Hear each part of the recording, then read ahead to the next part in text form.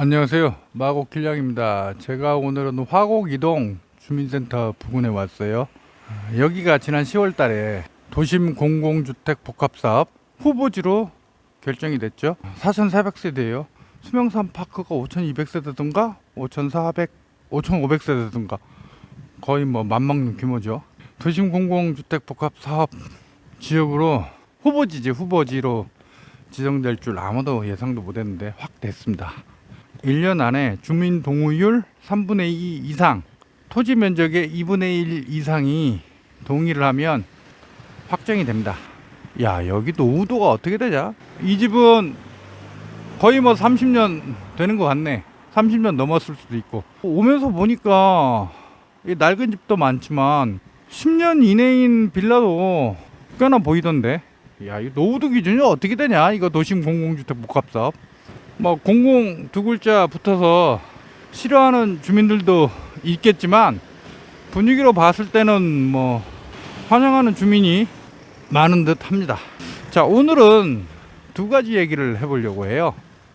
첫 번째, 자, 이거 화곡 이동이 도심 공공주택 복합사업 확정된다면 그 주변에 뭐 화곡 본동이라든지 일동이라든지 이런데도 민간이든 공공이든 대규모 정비 사업이 가능할 것인가? 두 번째는 정부가 지난해부터 공공 두 글자 들어가는 각종 사업을 여러 개 발표했어요. 종류가 많아서 헷갈려. 공공 재건축, 공공 재개발, 도심 공공주택 복합 사업, 공공 직접 시행 정비 사업. 보통 이제 언론, 특히 이제 보수 쪽 언론들하고 경제지 그리고 부동산 유튜버 대다수는 뭐 까는 분위기죠. 민간 재건축 재개발 틀어막고 그러다 보니 공급 물량 부족으로 집값이 폭등한다는 비판이 나오니까 문재인 정권의 성격상 민간 재건축 재개발 풀기는 싫고 땜빵 임기응변 임시대응식으로 공공 정비 사업을 자꾸 발표한다. 한마디로 빚 좋은 개살구다. 자, 이렇게 까대고 있습니다. 저는 정부가 이 공공정비사업 여러 사업 방식을 자꾸 발표하는 이유가 있다고 봐요. 이건 정부도 공식적으로 밝힌 적이 없고 뭐 언론이든 경제지든 부동산 전문가든 아무도 말한 적이 없는 건데 제 내피셜은 아니구나. 제 추정으로는 분명히 다른 이유가 있다고 저는 봅니다. 그 이유에 대해서 동영상 후반부에 한번 소개하도록 하겠습니다. 먼저 화곡 이동 말고 화곡동 다른 지역도 과연 민간이든 공공이든 재건축 재개발이 가능할 것인가? 이야, 이게 그리 간단치 않아요. 많은 분들이 지금 기대를 걸고 있을 거예요. 제가 지난 4월에 화곡동 빌라 미래 시나리오 3가지 이 동영상을 올린 적이 있습니다.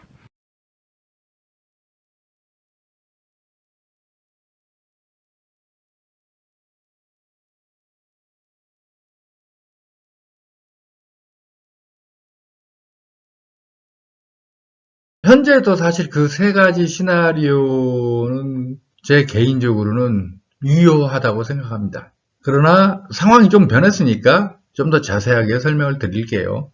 먼저 화곡동이요. 강서구 전체 면적의 한 14% 차지하는데 전체 인구의 37%가 거주 중이에요. 화곡동이 벼화자, 계곡고자, 벼농사가 잘 되는 곳이라는 뜻이라고요.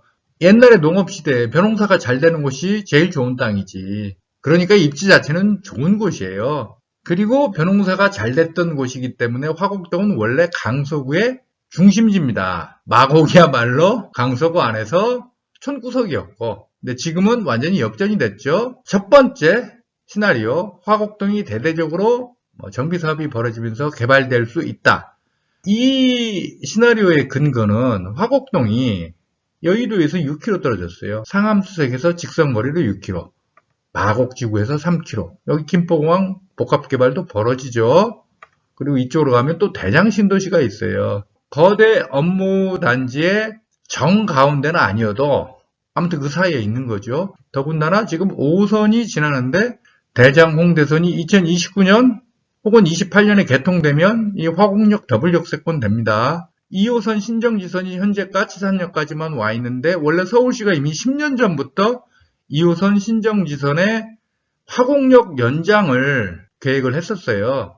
이 대장홍대선이 현재는 대장 신도시까지만 연장되는 걸로 돼 있지만 이 대장홍대선이 이제 청라까지 연장되면 청라홍대선이 되겠죠. 홍대까지 가고 또 화곡역에서 환승해서 신도림역까지 가는 걸로 계획하고 있어요. 2호선 신정지선이 연장되면 화곡역은 트리플 역세권이 된다고. 트리플 역세권 주변 지역을 가만 놔둘 리가 있겠느냐. 한데 만만치 않은 또 난관이 있어요. 이게 지적 편집도입니다. 이게 이제 강서구청역이고 이거 화곡역역이죠. 붉은색으로 표시되어 있어요. 이거 상업지구입니다. 이게 화곡로입니다. 강서구청에서 이거 화곡역까지 사이. 이게 이제 강서로인데 이 문제가 화곡로 주변에 지금 도시형 생활주택, 오피스텔이 엄청나게 지어지고 있어요, 지금. 참, 그게 좀 걸리더라고. 상업지역이니까 이제 그런 건물이 허가가 날 수는 있는데, 혹시 나는 그런 생각이 들더라고요. 그러니까 교통이 편리하다고 해갖고, 무조건 대규모 정비 사업이 벌어지는 건 아니에요. 가면 갈수록 1인 가구 증가하잖아요. 그리고 제가 이제 여러 번 설명드렸는데 도시는 도시 기능을 원활하게 유지하기 위해서는 3D 업종에 종사하는 분들이 필수예요. 고층 빌딩 유리창 닦는 분, 길거리 청소하는 분, 식당에서 서빙하는 분, 편의점 알바, 야간 경비 서는 분, 이런 분들은 노동시간이 길고 임금이 낮은 편이죠. 이런 분들이 경기도 인천에서 출퇴근하면 어떻게 돼요? 노동시간도 긴데 하루에 출퇴근에만 뭐 2시간, 3시간, 4시간까지 쓰라는 얘기야? 임금도 낮은데 교통비도 더 들게 만들어? 이건 안 되는 거거든요. 그래서 도심에 가까운 교통이 편리한 곳은 대규모로 개발될 수도 있지만 의외로 중저가 주택이 집중적으로 들어설 수가 있어요. 도시계획 담당자들은 어느 지역은 대규모로 고급 아파트 단지가 들어서도록 인허가를 내주지만 어느 지역은 교통이 편리한 곳에 중저가 주택을 집중적으로 인허가를 내주기도 해요. 그걸 저는 분명히 도시계획 담당자들이 최고봉은 이제 서울시장이겠지. 머릿속에 계획을 세워놓고 있고 아마 내부 문서로는 계획을 세워놨을 거예요. 근데 그걸 절대 공개하지 않아요. 공개하면 난리 나지. 어느 지역은 투기 광풍 불고 어느 지역은 그쪽 지역 주민들은 완전히 들고 일어나고 그럴 테니까. 화곡로 주변으로 도시형 생활주택 오피스텔 20층 넘는 게 막 들어서더라고요. 그래서 혹시 이 부근 일대를 도시 기능을 원활하게 유지하는 데 필요한 긴 노동시간과 비교적 낮은 임금을 받는 분들을 위한 중저가 주택지구로 계속 유지하려고 하는 게 아닌가. 이 시나리오도 저는 충분히 가능하다고 봐요. 마침 강서, 화곡, 기업형, 임대주택, 역세권, 청년주택 공급 촉진지구 여기 딱 나오잖아. 그러니까 여기에 도심 공공주택 복합사업 여기 후보지로 지정되고 동의율을 확보해서 확정된다고 하더라도 그 주변 빌라가 전부 다 뭐 민간이든 공공이든 대규모 정비 사업이 벌어질 거라고 확신해서는 절대 안 된다는 거예요. 지난 9월 강서구는 화곡 1구역, 화곡 4구역, 화곡 2동, 등촌 2동, 화곡역 인근을 도심 공공주택 복합 사업 후보지로 신청을 했어요. 화곡 2동만 오케이 됐죠. 강서구가 화곡동 일대에 관심을 갖는 건 분명해요. 문제는 강서구 의지만으로 되는 게 아니라는 거예요. 키는 서울시청하고 국토부가 주고 있어요. 강서구가 이 5개나 신청을 했던 건 여기를 어떻게든지 개발하겠다는 의지의 반영이기도 하지만 좀 물량으로 밀어붙인 측면도 있지 않을까. 그러니까 한 개라도 확정되려면 일단 많이 신청하고 보자. 그런 면도 있지 않을까. 그러니까 여기서 중요한 건 뭐냐면 강서구야 당연히 화곡동 일대를 대규모 정비 사업을 어떻게든 벌이고 싶어 하겠죠. 강서구 인구의 37%가 살고 있기 때문에 그 민주당 쪽이든 국힘당 쪽이든 구청장 입장에서는 표밭이거든 이거. 근데 강서구청장 의지만으로 되는 게 아니라는 거예요 이게. 자, 신길 뉴타운의 경우에 총 16개 구역 가운데 1, 2, 4, 6, 15, 16구역이 해제가 됐어요. 주민들 사이 갈등으로 오랫동안 사업이 표류하면서 근데 해제된 구역도 16구역 빼놓고는 공공방식으로 다시 다 부활했어요. 공공방식은 신청한다고 다 서울시나 중앙정부에서 오케이 해주는 게 아니죠. 인센티브가 워낙 크기 때문에 서로 하려고 한다고. 중앙정부도 예산과 자원이 한계가 있는데 다 해줄 수가 없다고. 근데도 신길 뉴타운 해제된 곳이 다시 부활한 건 신길 뉴타운이 여의도 도심에서 직선거리 3km 떨어진 곳이잖아요. 여의도의 배후지역이라고, 핵심 배후지역. 그러니까 어떻게든 살려보겠다는 정부 의지가 저는 반영된 거라고 봐요. 신길 16구역이 도심 공공주택 복합사업 신청을 했어요. 근데 보류됐는데 이유는 여기는 조선족 중국인들에게 월세를 받고 사는 노령층이 워낙 많아요. 이분들은 재개발보다는 그냥 월세 받고 계속 사는 게 좋은 거라고. 이 양반들 나이도 많이 들었는데 재개발 돼봐야 자기 살지도 못할 건데 이분들이 반대를 했기 때문에 사실 뉴타운도 추진이 안 됐던 거예요. 반대가 너무 많으니까 동의율이 너무 저조하니까 정부도 여기를 공공재건축 재개발 구역으로 지정할 수가 없었던 거예요. 그래서 주민 동의율이 굉장히 중요하고 다시 한번 여기서 제가 말씀드립니다만 어디 썩다리 빌라촌 다가구촌이라고 해서 대규모 정비 사업이 벌어질 수 없는 이유가 바로 여기에 있어요. 여기 넓은 면적의 토지를 가진 사람들, 건물주들이 많으면 안 돼. 그분들이 반대해서 현금 청산 당하니까. 또 이 월세 받고 사는 다가구주택 보유한 분들 중에는 노령층이 굉장히 많아요. 다시 한번 제가 그래서 여러 번 얘기했잖아요. 재건축 재개발이 잘 안 되는 건 정부 규제 탓도 크지만 사실은 주민들 사이의 갈등이 가장 큰 원인이라고 하는 게 바로 여기에 있는 거예요. 자, 세 번째 시나리오입니다. 여기가 강서구청이죠. 여기가 화곡역, 여기가 화곡로입니다. 화곡로 북쪽을 보면 우장산 아이파크, 강서 힐스테이트, 우장산 숲 아이파크, 화곡 푸르지오, 대단지 아파트가 몰려 있어요. 이 부근에 빌라 다가구 많거든요. 그래서 저는 화곡로 북쪽의 빌라 다가구는 대규모 아파트 단지로 바뀌고 화곡로 남쪽은 중저가 주택지구로 계속 남겨둘 수도 있다. 서울시나 강서구청이 이런 시나리오를 얘기했었는데 현재로서는 거꾸로 됐죠. 자, 그렇다면 어떻게 봐야 될까? 이 공공재건축 재개발 관련해서 정부가 제일 중시하는 게 주민들의 동의율이더라고요. 그러니까 주민들이 얼마나 열의가 있느냐. 그래서 지금 보면 뭐 화곡 본동 주민들이든가 엄청나게 그 후보지로 지정되기 위해서 동의서를 열심히 걷고 있더라고요. 제 개인적 생각은요. 이 화곡동은 2006년 7년에 화곡 뉴타운 얘기가 나왔었잖아요. 그때 2006년 6월 지방선거 때 김도연 씨가 당시 한나라당이던가 그 후보로 나와서 구청장이 당선되셨어요. 뭐 1년 반 뒤에 선거운동 과정에서 뭐 부인이 고등어 돌린 것 때문에 당선 무효가 되긴 했지만 그 당시 또 서울시장이 MB야. 오세훈 시장으로 바뀌었구나. 그래서 서울시장도 같은 당이고 해가지고 많은 주민들이 이거 화곡 뉴타운 거의 되는 걸로 알았어요. 근데 안 돼버렸잖아요. 가장 결정적 이유가 뭔지 아세요? 그때 노후도가 너무 낮아서 노후도가 그때 강서구청이 샘플로 조사해봤더니 30-40%밖에 안 됐어요. 그래서 화곡 뉴타운이 지정이 안 됐던 거예요. 근데 지금 이 공공재건축 재개발, 특히 도심 공공주택 복합사업이나 공공 직접 시행 정비 사업의 경우는 제가 이제 자료를 못 찾겠는데 정부가 아주 공개하지 않은 것 같은데 노후도 기준이 굉장히 낮더라고요. 어떤 언론 보도 보니까 40 내지 60% 사이만 노후도 충족해도 된다고 그런 기사도 있던데 그렇다면 이 화곡동 주민들이 얼마나 공공재건축 재개발에 관련해서 열의를 보이느냐가 굉장히 큰 영향을 줄 수도 있겠다는 생각이 들어요.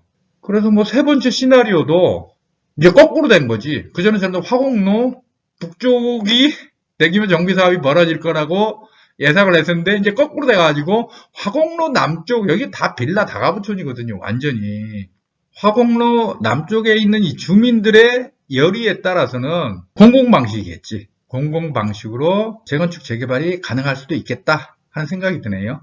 여기 민간 재건축 재개발은 제가 볼 때는 거의 불가능해요. 화곡 뉴타운 무산되고 난 다음에 신축 빌라가 워낙 많이 들어서서 아마 2006년, 7년 그때보다 노후도가 더 떨어졌으면 떨어졌지 더 올라가지는 않았을 거예요, 아마. 그래서 빌라 투자는 마음을 비우고 하세요. 집값 오르면 좋고 안 올라도 상관없다. 내 집에서 전셋값 걱정 없이 편하게 사는 것만으로 만족한다. 이런 마인드가 필요해요. 그러다가 정비사업 구역 지정되면 대박이 나는 거죠. 공공 재건축 재개발 관련해서 뭐 유튜브에 보니까 국토부 공식 홍보 영상도 있고 부동산 유튜버 거기는 이제 주로 까는 입장이죠. 동영상 많이 있는데 설명들이 다 어렵더라고. 그래서 제가 비유를 들어서 좀 쉽게 설명을 하겠습니다. 봐봐 이거 잠깐만. 야 이건 뭐 지은 지 얼마 안 된 것 같다. 2, 3년밖에 안 된 것 같다. 진짜 이건 뭐 기준 선정 기준이 뭘까? 어느 동네에 떡집 혹은 방앗간이 있어요. 20년 전, 30년 전만 해도 가래떡은 사 먹는 게 아니에요. 방앗간에 쌀을 가지고 가요. 그러면 방앗간에서 가래떡을 뽑아준다고. 그리고 비용 뭐 그때 얼마 받았지? 1,000원, 2,000원 뭐 이 정도 받았어요. 아무튼 어느 동네에 방앗간이 있다고 합시다. 쌀 1kg 가지고 가면 가래떡 10개를 뽑아줘. 근데 새 방앗간이 신장 개업을 한 거야. 간판에 LH 방앗간이라고 써 있어요. 뭐 SH 방앗간 이래도 되고. 아무튼 이 방앗간은 뭐라고 하냐면 쌀 1kg을 가져오면 가래떡 20개를 뽑아주겠대요. 비결이 뭐냐? 정부 비축미 그걸 1kg를 더 한다는 거예요. 그래서 민간 방앗간보다 뭐 현대 방앗간, 레미안 방앗간, 대림 방앗간, 푸르지오 방앗간, 뭐 포스코 방앗간 이러겠지. 그 방앗간보다 2배 가래떡을 뽑아낼 수 있다 이거예요. 와, 괜찮죠? 근데 비판이 나와. 야, 이 정부 비축미 오랫동안 창고에 있어가지고 쌀빨래도 들끓고 특히 냄새가 나. 품질 굉장히 떨어져. 이거 못 먹겠어. 그러니까 LH 방앗간이 또 새로운 방안을 내놨어요. 아 그래? 그러면 우리가 추가로 썩는 쌀 올해 매수한 햅쌀로 섞겠어. 품질 똑같아. 자 이걸로 해주겠어. 마침 여기 재개발 동의서 여기 이제 공인중개업소에서 주민들로부터 동의서를 걷고 있더라고요. 이 협력부동산에서 도심공공주택 복합사업 국가시행 민간 1군 건설사 시공. 민간을 강조하네. 민간을. 중산 4구역도 도심공공주택 구역으로 지정됐거든요. 거기 내년 초에 건설사 주민투표로 결정하는데 뭐 현대, 대우, 삼성, 포스코, 대림 등 다 달라붙었다고 하더라고요. 공공정비사업 버리면 딱 LH 브랜드, SH 브랜드 된다. 그런 우려가 이제 주민들 사이에 있으니까 정부가 바꿨잖아요. 브랜드 선택권은 주민들에게 준다. 그러니까 이제 많은 언론들이 이렇게 까댔잖아. 그 수익이 적어가지고 1군 건설사들은 입찰 참여 안 한다. 그렇게 까댔는데 중산사구역 1군 건설사들 다 따라하려고 열심히 노력하고 있어요. 이유가 뭔가 봤더니 수익이 나쁘지 않대요. 괜찮대요. 뭔 얘기했다가 그 얘기. 자, LH 방앗간에서는 가래떡을 10개 더 뽑아준다고 했잖아요. 그 중에서 5개는 주민에게 주는 거고 나머지 5개는 LH가 가져가는 거예요. 수익을 나누자 이거죠. 자, 제가 이 떡방앗간 얘기를 했는데, 자, 정부미 일반미 이거 무슨 뜻인지 눈치 빠르신 분은 벌써 알아채셨을 거예요. 브랜드를 말하는 거예요. 브랜드. 공공정비 사업을 벌여도 시공사는 주민들이 선택할 수 있도록 해주겠다. 바로 그걸 말하는 거예요.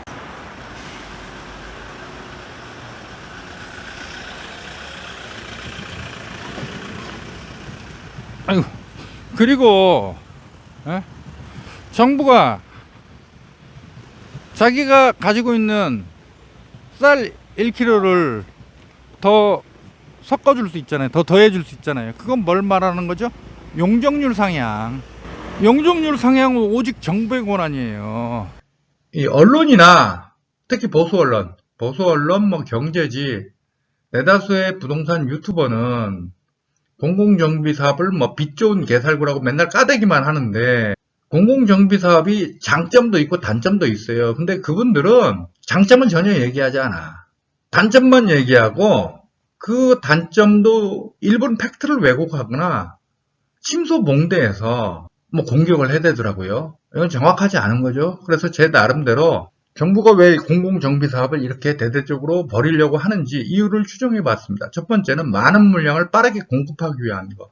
민간 정비 사업은 평균 13년 걸려요. 그러니까 2014년 중반부터 서울 수도권 부동산이 상승세로 돌아섰어요. 근데 본격적으로 폭등하기 시작한 건 2017년부터예요. 그때 정비 사업, 재건축, 재개발 확 풀었다고 합시다. 그럼 13년 뒤 입주한다니까? 2030년 입주한다고요. 공공정비 사업은 인허가 절차를 대폭 축소하거나 간소화해서 4, 5년 내 공급이 목표입니다. 원주민 재정 착률이 민간 정비 사업은 10% 미만이에요. 아무리 높은 곳도 20% 넘는 곳이 없어요. 조합원 분담금이 엄청나기 때문이에요. 수도권에서 케이스 바이 케이스이긴 하지만 보통 4, 5억 들어요. 정비사업 벌어지는 곳은 낡은 주택이잖아요. 원주민들은 다 가난해. 4, 5억을 무슨 수로 대요. 그러니까 다 팔고 떠나버린다고. 정부는 공공정비사업에서는 용적률을 대폭 상향해 주니까 이익이 많이 나. 그러니까 조합원 분담금을 확 낮출 수가 있다는 거예요. 정부가 구체적으로 조합원 분담금 수치를 밝힌 적은 없지만 제가 여러 데이터를 보니까 한 1억 내지 1억 5천이 목표인 것 같아요. 기존 민간 정비사업에 비해서 3분의 1 내지 4분의 1 수준이라는 거죠. 근데 정부도 얘기하지 않고 언론, 부동산 전문가 그 누구도 얘기하지 않는 건데 제 나름대로의 추정으로는 재건축, 재개발 패러다임의 변화를 추구하는 게 아닌가. 그러니까 앞에 이 두 가지 이유라면 보수 정권에서는 민간 재건축, 재개발을 확 풀어서 제 생각은 뭐 내년에도 부동산 상승기가 계속된다면 보수 정권이라 할지라도 절대 풀 수 없을 거라고 보지만 아무튼 말이라도 요 두 가지 앞에 이유라면 보수 정권에서는 공공정비 사업이 약화되거나 유명무실화 될 가능성이 있다는 거예요. 하지만 재건축, 재개발 패러다임의 변화를 추구하는 거라면 이건 보수 정권에서도 계속 추진할 수밖에 없다는 거예요.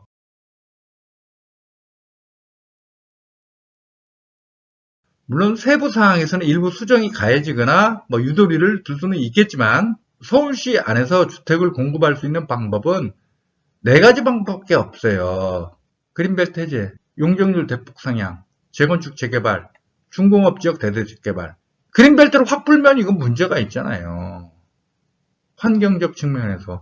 도시는 숨쉴 공간이 필요하다고, 허파가 필요하다고. 용적률 대폭 상향은 2가지 문제가 있어요. 도시는 수용할 수 있는 한계가 있어요. 서울 인구 현재 960만인데 뭐 1200만 명, 1300만 명까지는 수용 가능하겠지만 그 이상은 수용 불가능해요.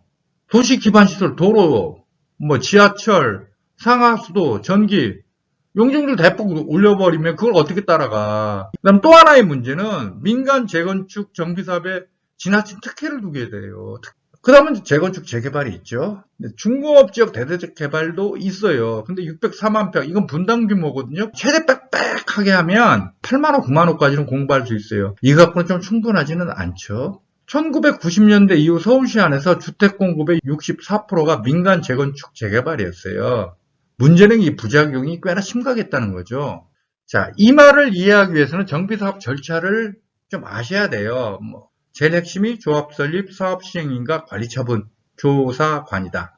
근데 문제는 정비 기본계획 수립, 정비계획 수립, 정비구역 지정 이것도 아주 만만치 않아요. 이건 정부에서 하는 거거든요. 지자체하고 정부에서. 근데 아무데나 정비구역으로 지정해주지 않아요. 절대로. 여러 가지 문제가 있기 때문에. 그러니까 재건축 연한 30년 됐다고 어느 썩다리 빌라 다 가고 노후도 충족했다고 정비구역으로 지정해주는 게 절대 아니에요. 요게 1차 관문인데 1차 관문 통과하기부터 굉장히 어려워요.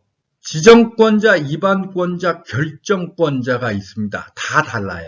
외우려면 복잡해. 그냥 근데 최종은 특별시장, 광역시장, 도지사다. 그러니까 강서구청장이 화곡동 어디에 정비사업 오케이 정비구역 지정했다. 그렇게 못해요. 서울시장이 노 하면 안 되는 거야.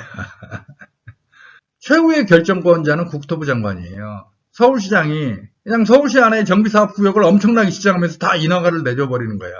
국토부 장관이 안 돼 하면 얼마든지 태클 걸 수 있어요.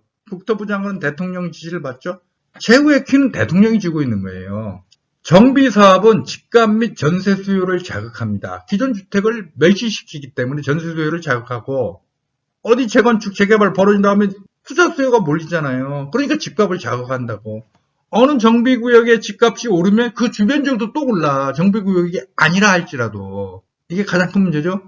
평균 13년, 20년 넘어도 산 못 도는 거 수두룩하죠. 중저가 주택을 멸시시킵니다. 도시는 도시 기능을 원활하게 유지하기 위한 3D 업종에 종사하는 분들이 필수고 이분들은 중저가 주택이 필요한데 재건축 재개발이 벌어지면 이런 값싼 주택을 다 멸시시켜 버린다니까. 멸실 주택 대비 신축 물량이 10 내지 15%예요. 자, 여기서 헷갈리면 안 돼요. 서울시가 가끔 이런 보도자료를 내더라고. 뭐 올해 재건축 재개발 물량으로 뭐 6만 호 공급, 뭐 내년엔 7만 호 공급하는데 그건 제가 봤을 때 분명히 기존 멸실 주택을 합친 거예요. 기존 멸실 주택을 가지고 있는 분들은 입주권이 있잖아요. 그러니까 올해 정비사업으로 서울시 안에 6만 호 입주한다면 그거 조합원이 차지하고 가져가는 게 최소 4만 5천에서 5만 호는 돼요. 그러니까 실질적으로 새로 늘어나는 입주 물량은 1만 호 내지 1만 5천 호에 불과하다니까. 근데 서울시도 그런 식으로 구분해서 보도자료를 내지 않고 언론도 그걸 구분해서 보도하지 않으니까 와 올해 정비사업으로 6만 호 나와? 7만 호 나와? 내년에는 2만 호밖에 안 되네. 이야, 규제로, 정부 규제로, 이렇게 공급 물량이 주니까 집값이 폭등하지. 이런 소리가 나온단 말이에요. 이거 착각하시면 안 돼요. 그 다음에 원주민 재정 창률이 10%에 불과하다. 가성비가 너무 떨어져. 서울에서 주택 공급 방법은 정비 사업이 가장 큰데, 지난 30년간 발생한 이 문제를 더 이상 방치할 수 없는 상황이에요. 그러니까 1990년대 이전에는 서울 안에서라도 뭐 개포지구라든지 목동지구라든지 이런데 택지를 서울시가 개발해서 주택을 공급했어요. 그러니까 서울 안에 그때까지만 하더라도 어느 정도 빈 땅이 있었다고요. 그러니까 신도시 개발하듯이 뭐 개포지구, 목동지구 그런데 개발할 수 있었다고요. 근데 그게 80년대가 마지막이야, 마지막. 그리고 노태우 정부가 주택 200만 호 공급 공약을 했잖아요. 서울시 안에서 빈 땅 마지막으로 찾아 먹은 게 90년대 초반. 그걸로 끝이에요. 그때 조성된 게 강서 같으면 등가방 지역이잖아요. 등촌, 가양, 방화 택지지구. 서울시 안에 이제 더 이상 빈 땅이 없어요. 그린벨트 확 풀어버리기 전에는. 그래서 1990년대 이후로는 민간 재건축 재개발이 주택 공급의 주요 수단이 됐는데 지난 30년간 해봤더니 문제가 엄청나게 심각했던 거예요. 그리고 또 하나가 1990년대 초반에 입주한 아파트들이 곧 30년이 된다는 거예요. 일기 신도시들도 마찬가지잖아요. 1990년대 초반 이후 입주한 아파트들은 용적률 낮아봐야 180%고 거의 다 220%가 넘어요. 현행 건축법상 이 아파트들은 재건축 사업성이 없어요. 예를 들어 등가방 지역 아파트들이요. 등촌, 가양, 방화 택지지구, 소형 평형 아파트들 평균 대지 지분이 9평 안팎에 불과해요. 현행 건축법에 따르면 세대당 평균 대지 지분이 15평은 돼야 재건축 사업성이 있어요. 9평짜리가 무슨 수로 이 재건축이 가능해요. 거기 소유주분들은 뭐 이리저리 하면 재건축 가능하다고 하지만 죄송하지만 사실상 불가능해요. 안 돼요, 안 돼. 용적률 대폭 상향 없이는. 근데 무조건 용적률 상향 혜택을 줄 수가 없어요. 굉장히 특혜라고. 재건축, 재개발 기대해볼 만한 물건 소유주들은 전 국민의 30%도 안 돼요. 나머지 70% 국민들이 배 아파한다고. 사촌이 논사면 배 아픈 건 인간의 본능이죠. 즉 공공기여를 명분으로 용적률 상향 혜택을 줄 수밖에 없습니다. 그래서 이게 보편화되면 공공재건축 재개발이 대세가 될 거라는 게 제 뇌피셜입니다. 뇌피셜보다는 제 추정이에요. 공공정비사업은 종류가 많아서 정말 헷갈리는데 공공재건축, 공공재개발이 있고요. 공공직접시행 정비사업이 있어요. 도심 공공주택 복합사업도 공공직접시행 정비사업 같은 거예요. 앞에 건 LHSH가 정비사업이 깊게 관여하는 거고, 뒤에 건 LHSH가 정비사업을 직접 수행하는 거예요. 그러니까 앞에 건 주민하고 공공 LHSH가 좀 어느 정도 역할 분담 조금 나눠서 하는 거고, 뒤는 그냥 LHSH가 100% 독자적으로 하는 거예요. 이게 왜 가능하냐면 공공직접시행 정비사업은 주민의 토지 건물을 LHSH에게 전부 넘겨버려요. 그래서 공공분양을 한다고. 근데 공공재건축 재개발은요, 다 넘기는 게 아니에요. 조합이 없어지는 경우도 있고 조합이 설립되는 경우도 있는데 관리처분 방식이에요. 조합원 분담금을 납부한다고. 그래서 일반 분양이라고. 이 사업은 신도시 개발하고 똑같아요. 사실상. 신도시 개발 때 토지 건물을 정부가 강제 수용하죠. 보상금 지불하고. 공공직접시행 정비사업은 주민들 스스로 토지 건물을 정부에 넘긴다는 게 차이가 있어요. 조금 거칠게 비교하면 요거 차이밖에 없어요. 사업기간이 4, 5년 단축할 수 있는 게 공공이 관여하기 때문에 인허가 절차를 엄청나게 단축하거나 신속하게 할 수 있어요. 국토부, 서울시, 강서구청이 서로 얘기를 해봐. 얼마나 간단해요. 자기들끼리 평소 다 알고 있는 사람들인데 금방 할 수 있는 거죠. 그 다음에 조합 설립이 필요 없는 경우도 있잖아요. 조합 설립 과정 자체가 지난해요. 왜냐하면 주민들 사이에 이해관계가 달려서 서로 주도권을 주기 위해서 서로 치고받고 싸우기 때문에 대치동 음마아파트는 조합 설립도 못하고 조합 설립 추진 단계로 20년 됐다고. 조합 설립이 필요 없다는 거 그것만으로도요. 짧으면 2, 3년, 길면 4, 5년 정도 사업기간을 단축할 수 있어요. 용적률 상향이요. 민간 정비사업의 용적률 상향을 해주면 특혜죠. 공공이익 환수라는 대응 명분이 있으므로 용적률 상향이 가능하고요. 용적률 상향을 손쉽게 생각하는 분들이 대다수인데요. 절대 안 해줍니다. 0.00001%도 안 해줘요. 왜? 한 곳 용적률 상향해주면 다른 곳 가만히 있어요? 다 들고 일어나지? 그러니까 절대 해줄 수 없어요. 인터넷에 보면요.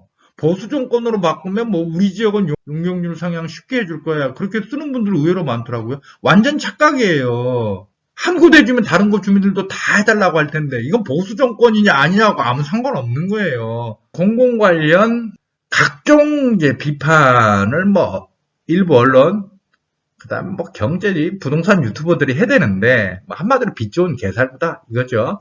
정부에게 재산을 빼앗긴다? 그냥 간단히 설명할게요. 그런 논리면요.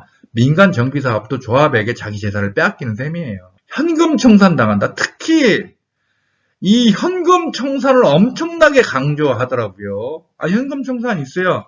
기준일 이후에 매수를 하면 현금 청산 당하는 건 맞죠. 근데 특히 이 부동산 유튜버들 가운데 보니까 공공 관련이 정비사업 관련해서 주의하세요 여러분 현금 청산 당합니다. 저거 굉장히 악의적이고 의도적이라고 보는데요.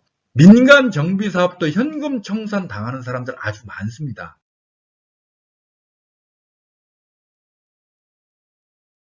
주민 동의율 기준이 4분의 3이거든요. 반대하는 주민들은 모두 현금 청산 당해요. 민간 정비사업의 경우 넓은 면적 토지 소유자, 건물주들이 정비사업이 반대합니다. 이분들은 1+알파로 아파트를 받거나 상가를 받을 수 있지만 그 밖은 다 현금 청산 당해요. 감정평가액으로 보상받는데 그 액수가 시세 대비 85 내지 90% 정도 수준이에요. 손해본다고요. 서장훈이 흑성 뉴타운의 건물주였는데 거기 그 사업구역으로 지정되면서 현금 청산 당하게 생겼다고 기사 났잖아요. 그 기사 보면 서장훈뿐만 아니라 그 상가 소유주들 다 반대해요. 공공재건축 재개발 관련해서 부동산 유튜브에 보면 현금 청산을 아주 강조하는 그 동영상들이 아주 많은데 그분들은 민간 재건축 재개발에서도 현금 청산이 있다는 얘기는 거의 안 하더라고. 그러니까 마치 그런 인상을 주는 거야. 일부 사람들 공공재건축 재개발 정부에게 내 재산 뺏기는 거 아니야? 그런 생각을 가지고 그런 식으로 유포하는 분들이 많은데 거기에다 현금 청산을 계속 강조함으로써 공공재건축 재개발은 당신의 재산을 빼앗깁니다. 그런 인상을 주려고 뒤집어 씌우기를 하는 거예요. 그러면서 민간 재건축 재개발도 현금 청산이 엄청나게 많다는 거. 사실은 넓은 면적 토지 소유자, 건물주들, 그러니까 있는 자들이 현금 청산을 당한다는 그 사실은 쏙 빼놓고 절대 얘기를 안 해요. 닭장 아파트 된다. 이야. 그러니까 이제 정부가 용적률 상향을 하잖아요. 그러니까 뭐 500%, 뭐 700%까지 해주겠다 이거죠. 그러니까, 그러면 닭장 아파트 된다. 이렇게 까대는 분이 있는데, 어떤 민간 정비사업 구역 용적률이요. 아주 운이 대박이 좋다고 뭐가 돼가지고, 거기는 용적률 500%가 가능해진 거야. 그러면 거기 조합원들이 야 500%면 이거 닭장 아파트 돼. 우리 350%까지만 짓자. 400%까지만 짓자. 이렇게 할 조합원들이 이 지구상에 존재하겠습니까? 만일 그렇다면 거기는 집단으로 주민들이 실성한 거죠. 그러면서 이렇게 얘기하겠지. 우리 구역 용적률 500% 가능해. 사업성 얼마나 좋은지 몰라. 우리 구역 사업성 엄청나게 좋아. 그러니까 집값이 더 폭등하겠죠. 아니, 민간 정비 사업으로 용적률 500%면 수익률 좋아서 대박 난다고 하고, 정부가 하면 닭장 아파트 된다고 하고, 전형적인 내로남불이죠. 아마 제 개인적 생각에는요, 내로남불 제일 심한 곳이 부동산 분야예요. 언론들, 경제지들, 부동산 유튜버들 마구 까댔어요. 막상 뚜껑 열고 보니까 공공재개발 쪽 서로 하려고 난리야. 경쟁률이 뭐 5대1, 10대1 그래요. 탈락하면 주민들 망한 자시라고. 지금 화곡 본동인가? 화곡 1구역인가? 거기는 주민들이 그 후보지 선정되기 위해서 추진단 같은 거 꾸려가지고 지금 뭐 동의율이 뭐 40%가 넘었네. 뭐 그러더라고. 그 후보지로 선정되기 위해서. 서로 지금 공공재개발 하려고 난리잖아요. 그러니까 이제 할 말이 없으니까 얼마 전이던가 몇 달 전인가 뭐 이런 기사가 났더라고. 공공재건축 인기 제로. 인기 하나도 없다. 그러면서 그 기사에 보니까 강남 3구하고 뭐 목동 공인중개업소 사장님들 멘트를 인용했더라고요. 아니 강남 3구하고 여의도나 목동 여기는 원래 사업성 좋은 곳이잖아요. 거기 주민들이 공공재건축을 할 이유가 없죠. 관련해서 이제 선전이 되니까 거기서 공공재건축 사업장 나왔으면 좋겠다라고 희망을 했겠지. 그러나 큰 기대는 절대 안 했을 거예요, 정부도. 그렇지만 지금 몇 개 사업장 나왔잖아요. 강서구만 하더라도 신한빌라 지난 10년간 민간주도 재건축 추진했는데 주민들 사이 갈등으로 안 되니까 결국 공공재건축으로 방향 틀었잖아요. 자, 공공이 되되 말도 안 되는 소리 뭐 이런 말씀을 많이 하실 것 같은데 그러나 미래는 모릅니다. 예를 들어 2017년 스위스에서 기본소득 투표를 시민단체 제안으로 국민투표에 붙였는데 부결됐어요. 그때 뭐 네이버에서 보면 수준 높은 스위스 국민들이 그런 저열한 사회주의적 발상에 찬성할 리가 없다. 뭐 그런 댓글이 엄청나게 달렸어요. 근데 지금은 어때요? 코로나 사태 거치며 세계 주요국 기본소득을 다 지급했습니다. 보수 진보 가리지 않고 오히려 보수 정권이 더 화끈하게 쐈더라고요. 아직은 코로나 사태 와중에서 재난소득 개념이지만 전 국민을 상대로 국가가 돈을 지급한다. 이 개념 자체가 이제 상당히 익숙해졌다는 거. 이게 굉장히 중요한 거예요. 불과 몇 년 전만 해도 상상도 못하던 일이라고. 이재명 후보 기본소득 공약을 했죠. 근데 윤석열 후보는 50조 원 손실보상 공약을 얘기했어요. 오세훈 시장은 심지어 집 2채 이상 가진 서울시 공무원은 승진해서 배제하겠다. 이렇게 선언을 했어요. 계속 국힘당 얘기가 뭐였어요? 문재인 정권이 다주택자를 적폐로 몰아가지고 이렇게 집값을 폭등시켰다고 그렇게 공격을 해댔잖아요. 근데 오세훈 시장은 왜 이래 이거? 오세훈 시장도 엄청나게 바뀐 거죠. 사실이요. 오세훈 시장은 장명 센스가 엄청나게 뛰어납니다. 공공임대를 시프트라고 하고 공공계획을 신통계획이라고 하고 기본소득을 안심소득이라고 하고 본인은 진보 쪽의 기본소득과 안심소득은 다르다라고 주장하는데 제가 봤더니 뭐 다른 거 없던데 본질은 똑같은데 뭐 약간 세부사항에서 차이는 있지만 무상급식 투표에 2011년 직을 걸었던 분이 지금은 유치원 무상급식도 추진하죠. 우리가 불과 몇 년 전까지만 해도 말도 안 되는 소리라는 비판을 가했던 일이 지금은 불과 몇 년 사이에 자연스럽게 돼버렸다니까요. 따라서 공공주도, 공공재건축, 재개발 이 방식도 지금이야 아직은 뭐 낯선 것처럼 보이지만, 아직은 일부에서만 시행되는 것처럼 보이지만, 길게 보면 한 10년 뒤, 짧게 보면 5년 뒤, 어쩌면 이게 대세 혹은 상당한 부분을 차지할 수 있다는 게 제 개인적 생각입니다. 물론 강남 3구라든지 목동이라든지 여의도 같이 원래 사업성이 높았던 곳이야 당연히 민간 재건축 재개발로 하겠죠.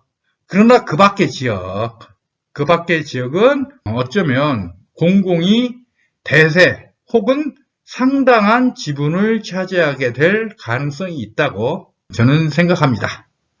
이게 동영상 오늘도 기네. 되도록이면 30분 안으로 줄이려고 하는데 오늘도 오버했네. 아무튼 긴 동영상 봐주셔서 감사합니다.